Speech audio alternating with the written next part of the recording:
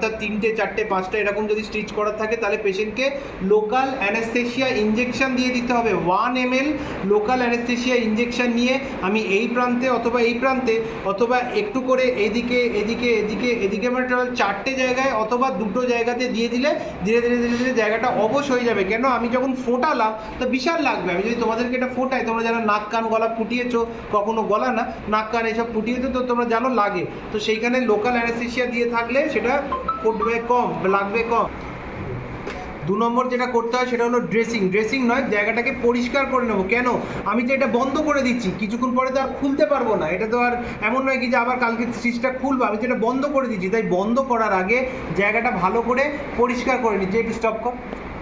তাহলে local anaesthesia দিয়ে দেবো আর এই জায়গাটাকে একটু স্যাভলন, ডেটল, হাইড্রোজেন পারঅক্সাইড অথবা স্পিরিট দিয়ে জায়গাটাকে পরিষ্কার করে নেবো। কারণ আমি তো একবার বন্ধ করে দিলে আর আমি খোলার চান্স পাবো না, তাই বিটাডিন দিলেও হবে। যে কোনো রকম অ্যান্টিসেপটিক সলিউশন দিয়ে জায়গাটাকে পরিষ্কার করে নিতে হবে। এবারে এইটাকে আমি যখন শর্ট করব, অর্থাৎ ছোটো দিক করছি, তখন কিন্তু এরকম লম্বা করে টেনে নিয়ে গিয়ে ধাক্কা মারলে হবে না। আমার এই জায়গাটাও পুরো পরিষ্কার থাকবে, যেন দূষিত অঞ্চলের মধ্যে তো কেউ স্টিচ করবো না। হ্যাঁ, এটাকে আমরা হাত দিয়েই টানবো। না তো তুমি ওইভাবে কেন স্টিচ করবে? তোমার তো হাত ধোয়া থাকবে, পা ধোয়া থাকবে, মন পরিষ্কার থাকবে, হাতে গ্লাভস থাকবে, সে মন পরিষ্কার।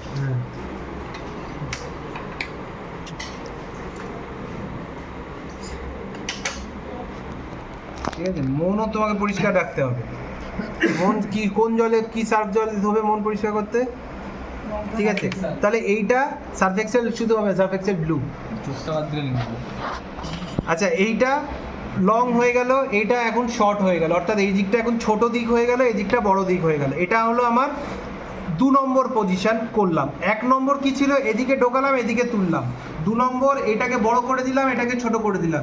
এবার 3 নম্বর যেটা সবথেকে ভাইটাল বা ভুলে যাওয়ার মতো একটা পথ, সেটা হলো এই নিডল হোল্ডারটা লকিং অবস্থাতে এবার গেটটা দিতে হবে। আমরা তো সবাই হাতে হাতে গেট দিয়ে অভ্যস্ত, আমরা তো এরমভাবে ধরলাম, ধরার পরে বড়মালা যেরকম পড়ায় সেরকম ক্লকওয়াইজ আর অ্যান্টি ক্লকওয়াইজ, মানে ঘড়ি যেদিকে ঘোরে, ঘড়ি কীরমভাবে ঘোরে, এই দিক করে ঘোরে না, এইটা একটা নট হলো, এটা 2টো নট হলো, এই থাকলো একটা, 2টো নট দেওয়ার পরে এই কানটাকে ধরবো, কানটাকে ধরলাম, ধরে ওই নটটাকে বার করে দিলাম। বার করে দেওয়ার পরে অপোজিট ডিরেকশানে চলে যাবে হাত দুটো অপোজিট ডিরেকশানে গিয়ে এরকমভাবে টাইট করব। অপোজিট ডিরেকশানে কেন গেল না, যদি আমরা মাইক্রোস্কোপিক্যালি খুব সুন্দর করে এই গিটটার ছবি দেখি তাহলে দেখবো একটা চৌকো আকারে গিটটা খুব স্ট্রং বসে গেছে। তাহলে অপোজিট ডিরেকশানে গিয়ে এরমভাবে আমি চেপে রাখলাম। মানুষের শরীরের ক্ষেত্রে হলে এটা রিভার্স করবে না, এই যেহেতু এটা রাবারের ওপরে করছি তাহলে এটা রিভার্স করতে পারে, মানে এই আলগা হয়ে গেল। ঠিক আছে, মানুষের শরীরে এখানে যদি আমি আলগা না করতে চাই তাহলে রিজওয়ানকে, রিজওয়ান একটা এইটা দিয়ে একটু এই গিটটা এবারে এই জায়গায় চাপ দাও। না না না, বন্ধ রেখে যেখানে গিটটা পড়েছে, হ্যাঁ হ্যাঁ সোজা শুইয়ে দাও না, শুইয়ে দাও, তাহলে আমি হাত পাবো না আমার এইরমভাবে। এবার দ্বিতীয়টা আমি উল্টো দিকে গেলাম, কিন্তু দ্বিতীয়বারে আমি আর 2টো প্যাচ খাওয়াবো না, দ্বিতীয়বারে একটাই প্যাচ খাওয়াবো এবং এইটাকে ধরবো, এটাকে আবার ধরলাম, এটাকে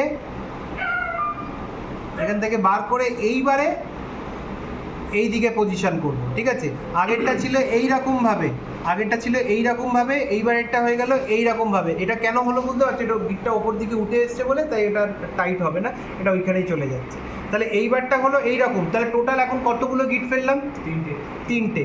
এই অবধি যথেষ্ট। কিন্তু এবার লাস্ট যেটাকে বলা হয় সেটাকে বলা হয় সেফটি নট, অর্থাৎ এই নটটাকে বলা হয় বা গিট দেওয়াটাকে বলা হয় সার্জেন্স নট, আর লাস্টে 4 নম্বর নটটাকে বলা হয় সেফটি নট। এটা আবার আমি ক্লকওয়াইজ গেলাম, একখানা দিলাম, এদিক থেকে এটাকে ধরলাম, ধরার পরে বার করলাম, বার করে ওই সেম অপোজিট ডিরেকশানে আবার আমি টাইট করে দিলাম। অপোজিট ডিরেকশনে টাইট করে দেওয়ার পরে আমার স্টিচ শেষ। সব যন্ত্রপাতি ছেড়ে দেবো। স্টিচ কাটিং সিজার আমি দুটো ব্যবহার করতে পারি। এটা হলো শার্প, যখন আমি কাটছি, এমনি আমার যদি কাটার থাকে, এখন স্টিচ তো সবে করছি, এখন তো শুধু সুতোগুলো কাটবো, তখন আমি এটা দিয়ে কাটবো। কিন্তু যখন রুগী আমার কাছে আসবে স্টিচ 7 দিন পরে কাটতে, তখন আমার অবশ্যই এই সিজারটা লাগবে। তাই এটার নাম হলো স্টিচ কাটিং সিজার। কারণ স্টিচ কাটিংয়ের সময় আমাকে হয়তো এরমভাবে ঢুকতে হতে পারে, এরমভাবে ঢুকতে হতে পারে, বিভিন্ন রকমের অ্যাঙ্গেলে যেতে পারি। তাই এই মুখটা সারস পাখির মতো এইরকম। আর এইটা এখন আমি ব্যবহার করব, এটাকে বলা হচ্ছে শার্প সিজার স্ট্রেট। এটা দিয়ে আমি যখন কাটবো, কাটার সময় যদি আমি খুব কাছ থেকে কাটি, তাহলে আমার কিন্তু এই গেটটা খুলে যেতে পারে, অর্থাৎ যে নটটা আমি লাগিয়েছি খুলে যাবে। তাই এটা একটা স্ট্যান্ডার্ড দূরত্ব বজায় রেখে এটাকে কেটে দেবো। ঠিক আছে, স্ট্যান্ডার্ড দূরত্ব বজায় রেখে আমি কেটে দেবো। তোমাদের সাথে সাথে তোমাদের আগে সঞ্চিতা বা ওটিতে যারা কাজ করেছো, ওটি যারা কোর্স করেছো, তারা একটু স্টিচ করেছে, তাই দ্বিতীয় স্টিচটা তোমাদেরকে করে দেখাচ্ছে সঞ্চিতা পাত্র।